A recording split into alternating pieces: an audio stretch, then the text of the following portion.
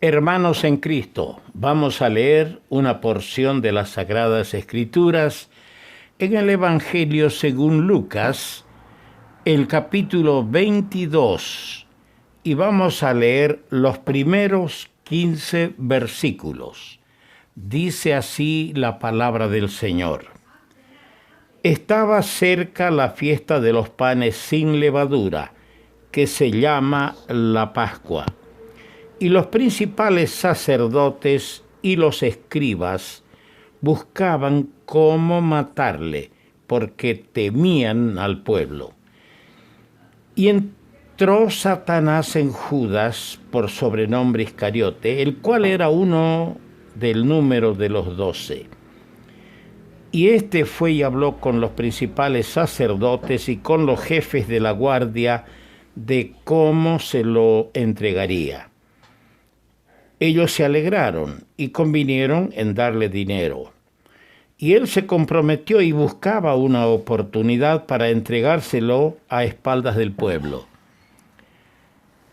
Llegó el día de los panes sin levadura, en el cual era necesario sacrificar el cordero de la Pascua.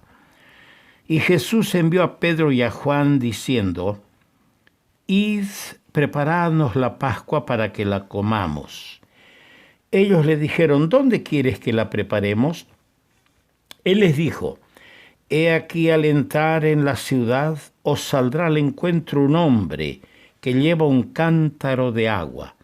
Seguidle hasta la casa donde entrare, y decid al padre de familia de esa casa: el maestro te dice, ¿dónde está el aposento donde he de comer la Pascua con mis discípulos? Entonces él os mostrará un gran aposento alto ya dispuesto. Preparad allí. Fueron pues y hallaron como les había dicho, y prepararon la Pascua. Cuando era la hora, se sentó a la mesa y con él los apóstoles. Y les dijo: cuánto he deseado comer con vosotros esta Pascua antes que padezca. Quiera el Señor en esta hora, cuando nosotros nos juntamos de una manera muy especial para homenajear a nuestro Salvador, para honrarle con nuestras alabanzas, con nuestra gratitud, con nuestras muestras de amor al que nos amó de tal manera de dar su vida por nosotros. Quiera Él bendecirnos en esta hora para ayudarnos a ofrecerle un culto agradable al Señor. He intitulado este pensamiento Una funesta combinación. Porque si nosotros analizamos este pasaje, hay una funesta combinación de propósitos, de actitudes y de resultados. La fiesta de los panes sin levadura, la segunda de las 7 fiestas solemnes de Jehová ordenadas a Israel y que se mencionan en Levítico el capítulo 23. Se comía pan sin levadura, pan de aflicción, por la prisa con que salieron de Egipto la noche memorable del Éxodo. Era un tiempo fijado para acercarse a Dios y ofrecerle sacrificios. Israel fue creado para el Señor y para publicar sus alabanzas.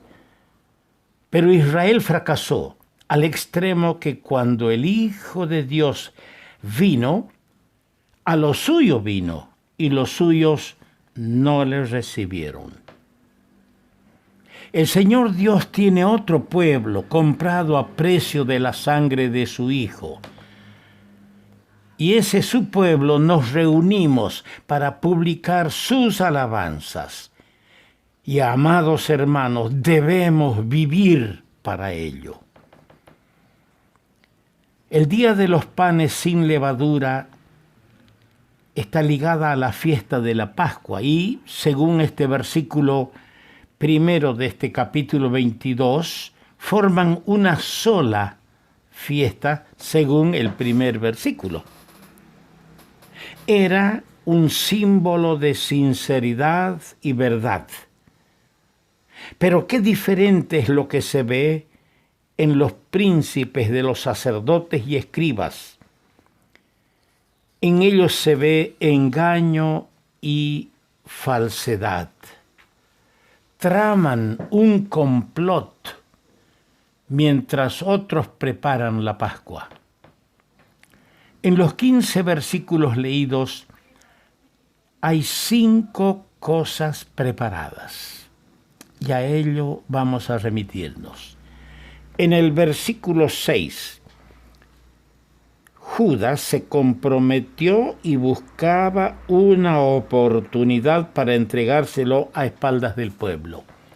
Aquí tenemos el traidor preparado. Uno de los grandes misterios de la Biblia es la inclusión de Judas Iscariote entre los apóstoles. Pero Dios es soberano y tenemos la certeza de que todo lo que Él hace, lo hace con un propósito definido. Y no discutimos las decisiones de Dios. Lucas, al dar la lista de los 12 apóstoles, lo llama el traidor. La traición de Judas fue anunciada siglos antes por el Espíritu Santo en uno de los salmos. No tenemos duda que Judas jamás nació de nuevo.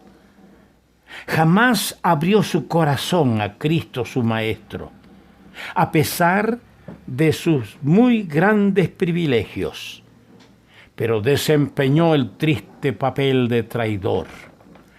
La codicia llenó su corazón. Y aquí vemos el traidor está preparado para entregar a su maestro, para entregar al Hijo de Dios. En los versículos 2 y 5 tenemos nuestro segundo pensamiento. Los principales sacerdotes, los escribas, buscaban cómo matarle porque temían al pueblo. Ahora, aquí tenemos el complot preparado. Los principales sacerdotes, los escribas y los ancianos del pueblo se reunieron en el patio de la casa del sumo sacerdote Caifás y allí tuvieron consejo para prender con engaño a Jesús y matarle. Así vemos que el complot estaba meticulosamente preparado y el poder religioso y civil a la cabeza de ese complot. En tercer lugar, en el versículo 12 leemos: entonces Él os mostrará un gran aposento alto ya dispuesto, preparada allí. Aquí tenemos la casa preparada. Varias interrogantes surgen a quienes investigamos la palabra de Dios para nuestro bienestar, para nuestro aprendizaje, para nuestro gozo por conocer la ciencia de Dios. Y una de las preguntas que surge es: ¿quién era el discípulo anónimo que tenía la casa, que tenía el aposento ya dispuesto? De ahí nace nuestro pensamiento, 5 cosas preparadas. El hombre, el padre de familia, tenía el aposento ya preparado. Allí preparar la Pascua y allí prepararon la Pascua. ¿Quién era este discípulo anónimo? La Escritura no nos da su nombre, no importa su nombre. Él está en los anales del cielo, anotado, escrito. Lo que sabemos es, y eso es cierto, que él de corazón voluntario preparó el lugar para que su Señor celebrara su última Pascua. Y en esa casa, preparada para el Señor, instituyera lo que se llama la Cena del Señor. Y en ese aposento preparado es donde el Señor pronunció las más bellas palabras que traen gozo a nuestro corazón. Vendré otra vez y os tomaré a mí mismo. Y si tal vez, y el que preparó la casa no estaba sentado a la mesa, pero estaba escuchando estas palabras preciosas, vendré otra vez. Hermanos, hemos preparado nuestro aposento, hemos preparado nuestro corazón para esta reunión. Hemos venido intempestivamente a esta reunión o hemos venido durante la semana preparándonos para esta reunión, cosechando y cosechando como hizo Ruth la Moabita, para llevar y poder llevar a su suegra la bendición. Hemos preparado nuestro corazón para venir a esta reunión y ofrecerle nuestro tributo, rendirle al Señor nuestro homenaje. En el versículo 13 leemos: fueron pues y hallaron como les había dicho y prepararon la Pascua. Aquí tenemos la Pascua preparada y prepararon la Pascua. Cuántos pensamientos y sentimientos encontrados se cruzarían aquella noche en la mente del amado Señor. Por un lado, el gozo de comer esa Pascua con los suyos antes de padecer.